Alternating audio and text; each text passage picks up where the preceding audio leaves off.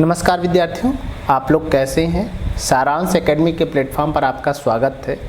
आज हम लोग नए कवि नागार्जुन को लेंगे। आप जानते हैं कि नागार्जुन का जन्म 1911 में दरभंगा जिले के तरौनी नामक ग्राम में हुआ। नागार्जुन यात्री उपनाम से कविताएं लिखते थे। इनका पूरा नाम वैद्यनाथ मिश्र नागार्जुन था। आप जानते हैं कि यह आंचलिक उपन्यासों में इनका महत्वपूर्ण स्थान है। उसी तरह आंचलिक बिंबों को प्रस्तुत करके काव्य जगत में सबसे ज़्यादा प्रतिष्ठापित होने का काम, प्रगतिवाद में इन्हें सलाका पुरुष नाम से जानते हैं। आप इनके जो मुख्य काव्य संग्रह हैं, आप जानते हैं सतरंगी पंखों वाली, प्यासी पथराई आँखें, तालाब की मछलियाँ, खिचड़ी विप्लव हमने देखा, तुमने कहा था कि हजार हजार बाहों वाली आएगी, पुरानी जूतियों का कोरस। ये इनके प्रमुख काव्य संग्रह है। जो इनकी चर्चित कविताएं हैं वो बादल को घिरते देखा है, कालिदास, बादल को घिरते देखा है, कालिदास, अकाल और उसके बाद, सत्य को लकवा मार गया, इंदू जी और बहुत सारे कविताएं जो इनकी बहुत फेमस हैं। आज हम लोग इनकी कुछ चर्चित कविताएं जो आपके यूपीएससी के सिलेबस में, नेट जेआरएफ टीजीटी पीजीटी के सिलेबस में लगी हुई हैं, जिन्हें हमें पढ़ना चाहिए, समझना चाहिए, उन कविताओं के टेक्स्ट और उनके भावार्थ को हम समझने का प्रयास करेंगे। आप जानते हैं कि नागार्जुन को प्रगतिवाद का सलाका पुरुष कहा जाता है। और प्रगतिवाद, प्रगति और वाद दो शब्दों से मिलकर के बना है। जहाँ प्रगति का अर्थ है शोषित उत्पीड़ित वर्गों के प्रति सहानुभूति और वाद का अर्थ होता है विचारधारा। तो एक ऐसी विचारधारा जिसमें आम जनजीवन की समस्याओं को लेकर के, उसके उपमानों को रख करके सामने एक विचारधारा में कविता लिखी गई हो, उसे हम प्रगतिवाद के रूप में देखते हैं। नागार्जुन इसके प्रतिष्ठापित कवि हैं और हम केदार के बाद नागार्जुन को बड़े ध्यान से सुनते हैं। तो नागार्जुन की कविताओं में आप जानते हैं कि हिंदी प्रगतिशील साहित्य में वे काव्य के आंदोलन की सीमाओं में कोई बंधे हुए नहीं हैं।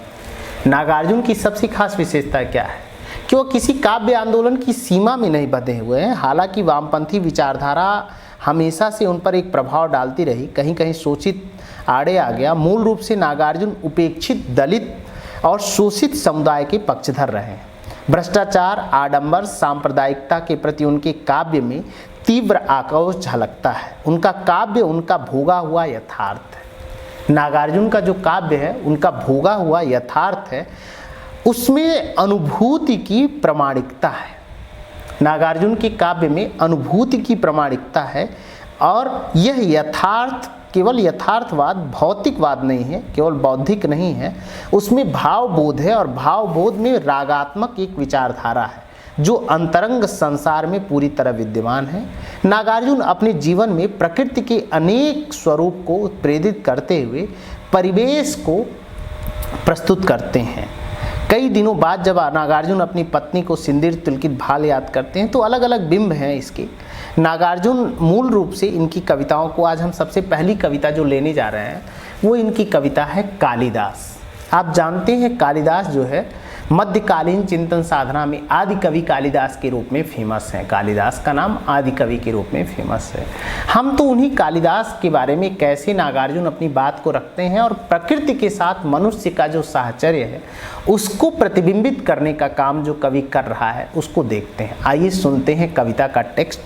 कालिदास सच सच बतलाना। देखिए कितनी गंभीर बात को उठा रहे हैं कि एक आदि कवि से एक कवि रचना धर्मिता के माध्यम से कैसे उठा रहा है एक बिंब को कि कालिदास सच सच बतलाना, इंदुमती के मृत्यु शोक से अज रोया या तुम रोए थे। प्रश्न है यहाँ पे, कालिदास सच सच बतलाना। शिवाजी की तीसरी आंख से निकली हुई महाज्वाला में घृत मिश्रित सूखी समिधासम कामदेव जब भस्म हो गए, रति का क्रंदन सुन आंसू से तुम ही तो दृग धोए थे। कालिदास सच सच बतलाना, अज रोया या तुम रोए थे, रति रोई या तुम रोए थे। वर्षा ऋतु स्निग्ध भूमिका, प्रथम दिवस आषाढ़ माह का, देख गगन में श्याम घटातन, विधुर यक्ष मन जब उचटा था, खड़े खड़े तब हाथ जोड़कर चित्रकूट के सुबक शिखर पर उस बेचारे ने भेजा था, जिसके द्वारा ही संदेश उन पुष्कर वर्ता मेघों का सारथी बनकर उड़ने वाले कालिदास सच सच बतलाना। पर पीड़ा से पूर पूर हो, थक थक कर और चूर चूर हो, अमल धवर गिर के शिखरों पर प्रियवर तुम कब तक सोए थे, रोया यक्ष कि तुम रोए थे, कालिदास सच सच बतलाना। देखिए, कालिदास कविता यह एक लेखक से संदर्भ है, संवाद है, रचना धर्मिता को लेकर के यह कविता। इसका मूल प्रतिपाद्य क्या है कि काव्य कला और उसकी रचना धर्मिता का, कवि कर्म के जीवन के अनुभवों का जो स्वामित्व है, जो स्वायत्तता को दर्शाता है, उसे कवि व्यक्तिगत और सामाजिक अनुभवों के साथ काव्य अनुभव में पिरो देता है। अब यह काव्य अनुभव संरचना से निर्मित होता है। कवि कहता है कि कालिदास आत्मपीड़ा से ही उनके काव्य में इन पात्रों की रचना हुई है। रचनाकार के मूल जो अनुभव है वो छाया उसकी सृजनात्मक कृतियों में हमें प्रस्तावित होती है। नागार्जुन की कविता में प्रकृति और मनुष्य का साहचर्य है। एक साहचर्य जो है प्रकृति और पुरुष के साथ जो मनुष्य बीच में आ जाता है। अब यहाँ देखिए, कुछ ऐतिहासिक जो प्रमुख पात्र हैं वो कौन कौन से हैं। सबसे पहले हमें देखना था कि अज रोया, अज और अजी का जो संवाद है, अज रोया या तुम रोए थे, तो पहला एक है। दूसरा, शिवाजी की तीसरी आंख से निकली हुई महाज्वाला से कामदेव भस्म हो गए थे और क्रंदन आंसू से तुमने दृग्ध धोए से, तो रति, वहाँ पे रति और कामदेव का जो प्रेम है वहाँ पे लिया। अज और अजी का जो प्रेम है उनका, इंदुमती और अज का जो प्रेम है वो पहले वाले पद्य में लिया।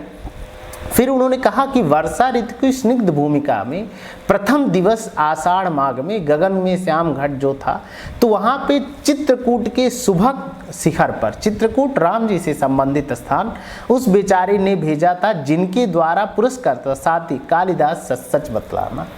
तो पर पीड़ा थक हार कर मैं चूर गई हूँ प्रियतम, तो यक्ष और यक्षिणी का संवाद, इंदुमती और अज का संवाद, शिवाजी की आंखों से निकली हुई महाज्वाला, मतलब कामदेव और जो रति और कामदेव का प्रेम है उसको। तो तीन तरह के प्रेमी युगलों के वियोग की जो कथा है वह एक रचनाकार का जो मुख्य प्रश्न है, प्रेमी और प्रेयसी के बीच का जो वियोग है। देखिए, जो आनंद का स्वरूप है उसमें संयोग और वियोग है, और दोनों में ही आनंद अपनी चिरावस्था में प्राप्त होता है। तो नागार्जुन जो कवि से संप्रेषित होकर के अपनी बात को कहना चाह रहे हैं वो दरअसल कालिदास से एक सवाल पूछ करके प्रेम के, अब कालिदास की जो पहली रचना है, जो पहला श्लोक है, उसमें माँ निषाद से जो शुरू होता है, तो चकवा चकवी का जो प्रेम है, एक तीर लगने से चकवा चकवी को लग जाता है, तो उसके पास जो आकर के क्रंदन है, करुणा जो है, उस करुणा से जो उपजा हुआ गान है। तो यहाँ उसी तरह कालिदास ने 4-5 बिंबों को लेकर के नागार्जुन ने कालिदास नामक कविता की रचना की। यह कविता अपने ऐतिहासिक, सामाजिक और यथार्थ मूल्यों को संप्रेषित करते हुए अपने ऐतिहासिक पात्रों के माध्यम से तत्कालीन समाज में प्रेम के प्रति जो व्यापक सरोकार है उसको संप्रेषित करते हैं। कवि का संबंध जो लेखन से है, काव्य से है, काव्य का स्वरूप है, उसमें प्रेम का जो पुरस्कर्ता है, प्रेम को प्रभावित करने और चिंतित करने का जो काम करता है, वो हमें यहाँ कालिदास की कविता में हमें दिखाई देता है। तो इस प्रकार हम नागार्जुन की कविता कालिदास को देखें, समझिए, पढ़िए और इसे नोट करिए। बहुत बहुत धन्यवाद।